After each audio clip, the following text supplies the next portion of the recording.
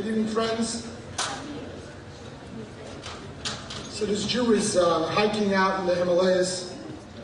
He comes across the monastery and he says, let me check this place out. Looks like a very peaceful place. Maybe I'll stay here for a while. So they say, look, our monastery has one condition. It's a place of silence. There's no talking. He says, look, I'm a Jew. I like to talk. He says, no talking. Only 2 words in 5 years. He says, okay, I can live with that. First 5 years go by in total silence, doesn't say a word. After the 5 years, they call him in. They say, "Nu, what's your 2 words?" He says, "Mattress, hard." Another 5 years pass by quickly in perfect silence. They call him in. 5 years later, "What's your 2 words?" "Food, cold." Again, 5 years pass. They finally call him in. "What's your 2 words?" "I quit." So they say, "Great, we're so happy that you quit." He said, "Why are you happy that I quit?" He said, "What do you mean? Since you came, all you do is complain." Ladies and gentlemen, these are not the best of times, and there are lots to complain about. However, there's also lots to be grateful for. Recently, a study was done by a bunch of machers with some fancy letters after their names about what's the best time in history to be alive. If you had a chance to choose any time in history to be alive, what would be the best time? And guess what they came up with? Now. At the end of the day, with all the tsaras, there's a lot to be grateful for. We at Chabad are grateful that in spite of these difficult times, community support and involvement has not diminished. To the contrary, our supporters and friends are being more generous than ever. And we're greatly appreciative of all of that. Friends, the Talmud says, Megalgalin schus l'yom zakai. Good things happen on auspicious days. The divine direction of the world makes it so. Tonight, as we celebrate the 19th anniversary celebration and enter the 20th year of our activities, tonight marks 81 years since the release from Soviet prison of the previous Lubavitcher Rabbi, father-in-law and predecessor of our beloved Rebbe. The previous Rebbe was not imprisoned for pushing drugs. He was imprisoned for spreading Torah and teaching Yiddishkeit through an extensive network of clandestine operatives throughout the Soviet Union, which considered, of course, counter-revolutionary activity. Initially, the verdict in his case was the death sentence, which was no big deal in those days in that part of the world. His release to complete freedom on this day, through the intervention from our own government here in Washington, was nothing short of miraculous and led the way to his coming to these shores, bringing Chabad, Judaism and Jewish outreach to the jet age. There's no doubt that we would not be sitting here tonight at a Chabad function if it were not for the miracle of this day of Yud Beis Tammuz, the release of the previous Lubavitcher Rebbe. I share with you a short anecdote from the time of his arrest, which I think is relevant to all of us. They were interrogating him, and the Rebbe was a tough man. He was strong as a lion, and he said nothing. He didn't give up a single name or a single bit of information. So the man pulls out a revolver, the Soviet officer, and he says, "You see this toy, Rebbe? This toy makes many people speak." To which the Rebbe answered, "Only people who have many gods and one world are afraid of that toy. I have one God and more than one world. That toy doesn't scare me."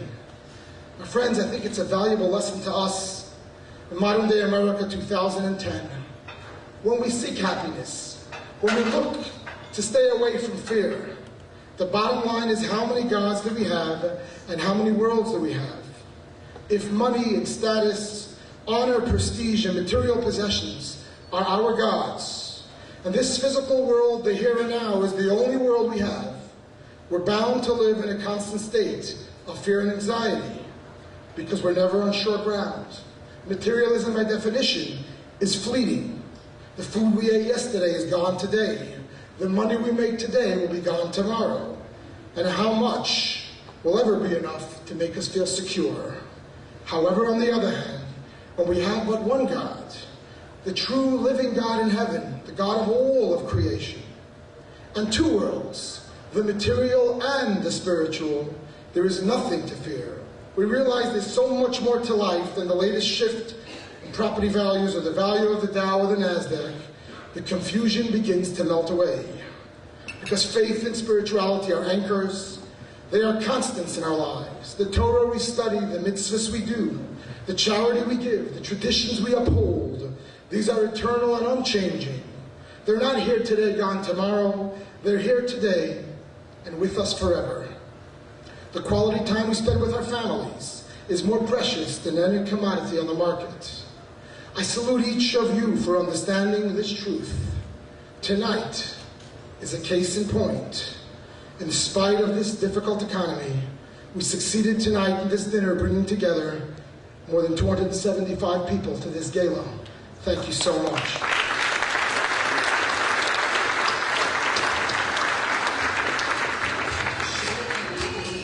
A dinner is a time for thank yous.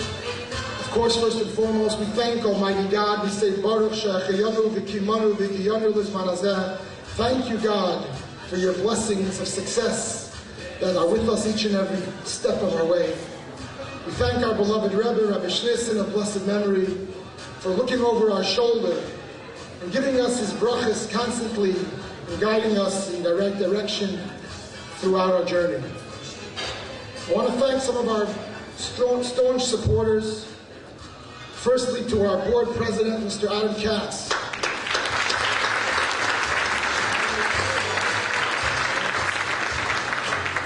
Adam's leadership is invaluable. His generosity knows no bounds. As we speak, he is in the process of completing the Adam Katz Athletic Center, which will become a hub of activity for young people, not only from the Chabad community or the Jewish community, but as mentioned before, for the community at large, through the Building Bridges program. In this project alone, he is putting forth in contributions more than $1 million. Come on. This comes on top of his past accomplishments, the building of our state-of-the-art spa-like mikvah and the lion's share of Phase 2 expansion project. Ladies and gentlemen, please acknowledge the President of the Board of Directors, Chabad Port Washington, Mr. Adam Katz.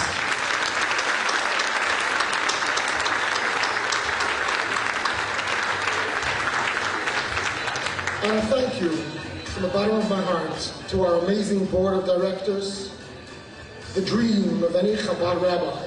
I'm surrounded by people who are willing and able to do big things and to make tough decisions. This year was a difficult year for our Chabad. It would have been impossible without the backing and guidance from each of you, of this dedicated group of lay leaders. Please help me in acknowledging each of these dedicated individuals. Mr. Howard Fenston,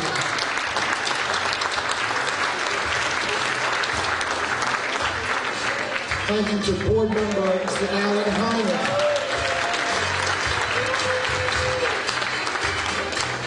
board member Bert Brodsky, one of our recent board members, Felix Chaim Seder, longtime Chazan and Gabbai, and now board member Alan Salzman.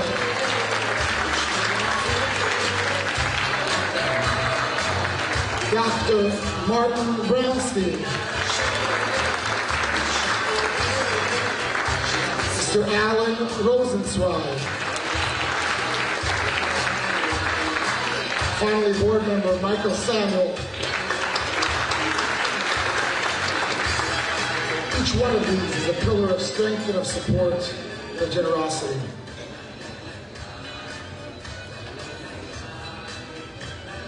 Friends, if you take a look at this commemorative scroll, take a look at what's going on here. Tell me we're in a tough economy.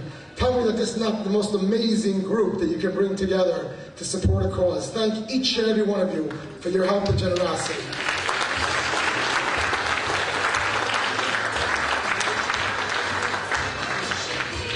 Thanks to each of you, we are able to continue to spread what our motto is, Judaism with a smile, teaching children and adults what it means to be a Jew, spreading goodness and kindness for all people in the community at large. I want to also thank my beloved parents, Rabbi and Mrs. Abba Paltiel, who are here.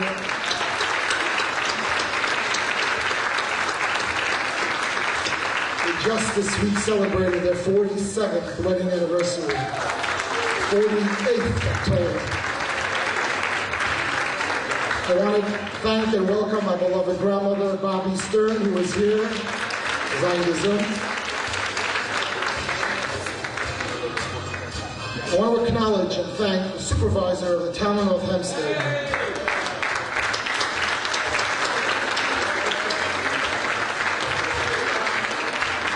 Mr. John King. And John, under your leadership, the town has been a good friend of our Chabad in full cooperation. We've worked together on many projects, and including, and most importantly, and ladies and gentlemen, you may not know this, the property behind the Chabad on which our children play actually belongs to the town of North Hempstead. And it's their generosity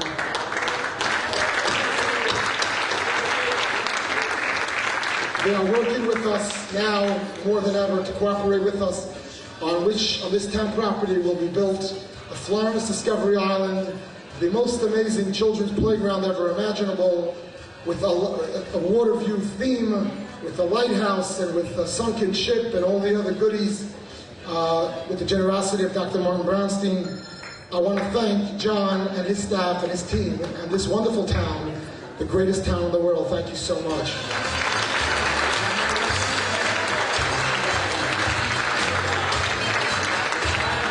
I will go on the subject of Dr. Brownstein. He's also giving our preschool an indoor facelift. A large section of our building will be dedicated to preschool, including what we're calling Florence's Little Israel. Our honoree earlier mentioned his love for Israel and the Rebbe and Chabad's love for Israel. As you walk down the hall, you're suddenly going to be in Israel. You're going to feel yourself through El Al Terminal and the gym, the indoor gym now, as we move on to the new Adam Katz Gymnasium. The current indoor gym will become a whole gorgeous Israel where children will play, climbing Masada, sliding down into the Dead Sea, a virtual camera of the Western Wall, and children can put notes into the wall, etc., etc.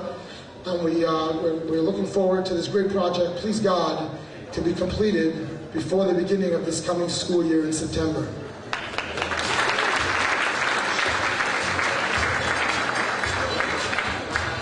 I want to thank the guest of honor tonight, Mr. Ben Landau, Binyamin Zev. Thank you so much. And of course to his friend and our friend Howard for bringing him to this event. Thank you for your generous support. With the open hand, a big open hand and an open heart, and for hitting a home run for us tonight.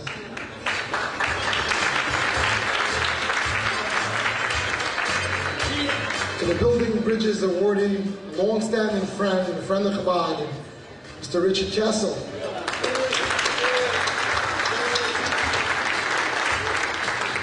The Ishat Chayil Award, Rebbetzin Chaya Telden. Quite popular around Port Washington. She's here tonight with her husband, Rabbi Telden, the regional director of the 22 Chabad centers on Long Island. And ladies and gentlemen, finally, I would like to take the honor myself of introducing the leadership awardee tonight. For this special moment, I'm going to invite my wife, Sarah, to please join me up here at the podium for this presentation. Thank you, Sarah. Let's take a moment to salute Sarah for her hard work.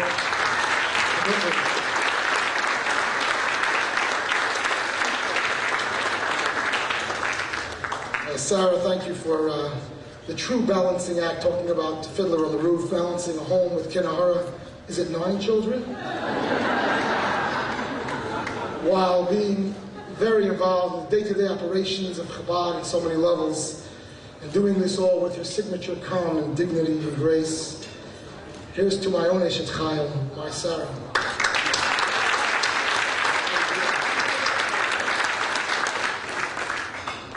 Friends, you know, it's known that God has many names to describe his various virtues. The man I'm going to introduce is not God. However, in a few short years since coming to our community, he He's become so beloved and admired. He's become known by many names. Some call him Rabbi Weinberg, or Weinberger, or Weinstein, or Weingarten. Some simply say, W.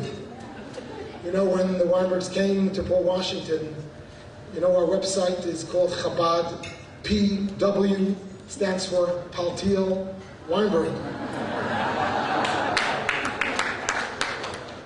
He and his dedicated wife, Devorah, brought a special dynamic to our community, a wonderful blend of leadership and friendship, which they give generously to everyone they come in contact with.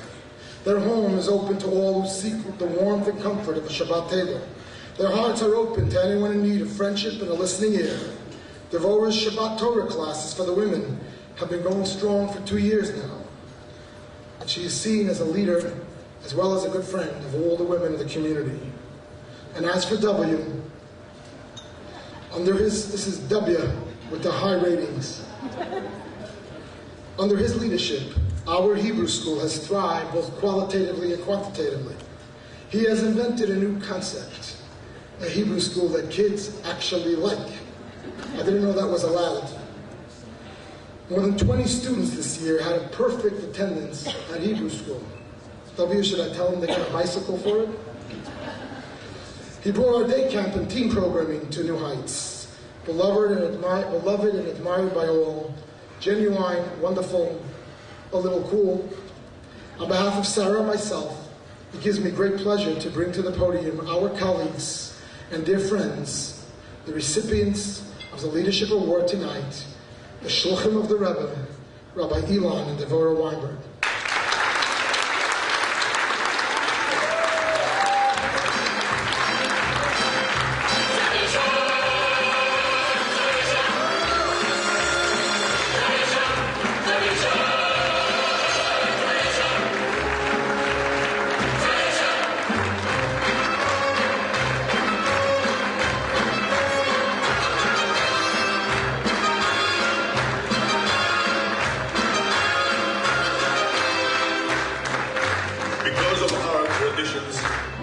We've kept our balance for many, many years. Here in Anatevka, we have traditions for everything. How to sleep, how to eat, how to work, how to wear clothes. For instance, we always keep our heads covered and always wear a little prayer shawl. This shows our constant devotion to God.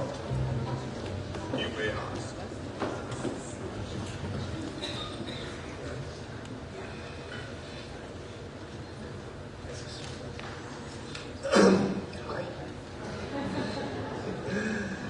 So a physicist is giving a lecture. Thank you very much. Have you heard this one before?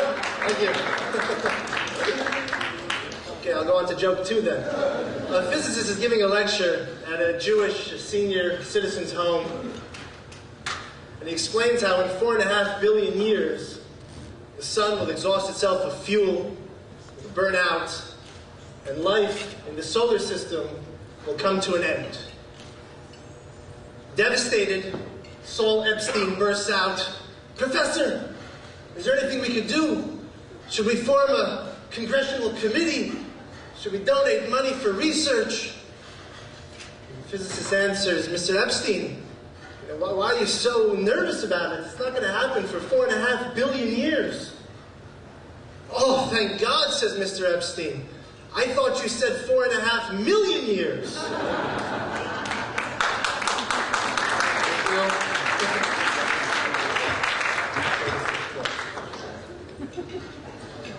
So thank you very much. I've been chosen to speak on behalf of my wife and myself. The real honor goes to my wife.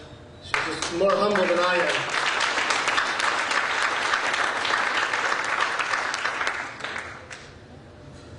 As we thought about receiving this honor, one significant point seemed to crystallize in our minds, which is that the purpose of a leadership award and the message of a leadership award is that we should increase in our leadership. Not just Devorah and me, but for every single person in the community. One of our Rebbe's favorite teachings a teaching that the Rebbe often repeated to community activists, to philanthropists and supporters, was a Talmudic teaching that a person who has 100 wishes to have 200, and a person that has 200 wishes to have 400. That it's human nature not to be satisfied with our accomplishments. It's human nature to want to accomplish more and to grow and to always increase. Invariably, whenever somebody would come to the Rebbe and would give a report of what they'd done in their community, what they built, the Rebbe would say, "Thank you, it's excellent, but I'm not satisfied. And the next time you come to see me, I want to hear that you did double, you did triple, etc." It's said of Moses that his humility was based in the recognition that if any other person had been in his position and had been given the opportunities which he had, they simply would have done a better job. This honor has shown that there's no better way to inspire a person to increase in what they're doing than to tell them that what they've done until now has been plenty. I can truly say that I only wish that I was able to give more than I've given, and that I'm better than I am today. The only truly valuable thing that we're able to accomplish in this life is that which we do for others. Our husbands, our wives, our parents, our children, our community, the people we know and the people we don't know, people we've heard of and people we haven't heard of. This is a true act of living. To care about another person, to experience another person, to be bothered, and to live outside of ourselves. To give, and to give more. In the early 1950s, when the Rebbe first assumed the mantle of leadership for Chabad, he spoke to a group of community activists. And he said the following, and I'm going to quote. "It's not we that count, we with our weaknesses and capabilities. It is our will to do a job that we realize is important. Success is not in our hands, it's in God's.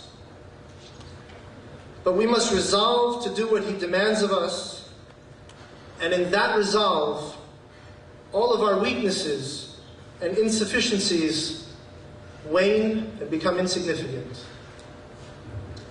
So on behalf of my wife and myself, we'd like to thank God Almighty for our families, and for our friends who love and support us, for our children. We want to thank you, the community, for allowing us to serve you. Thank you to Shalom and Sarah. Thank you, everyone.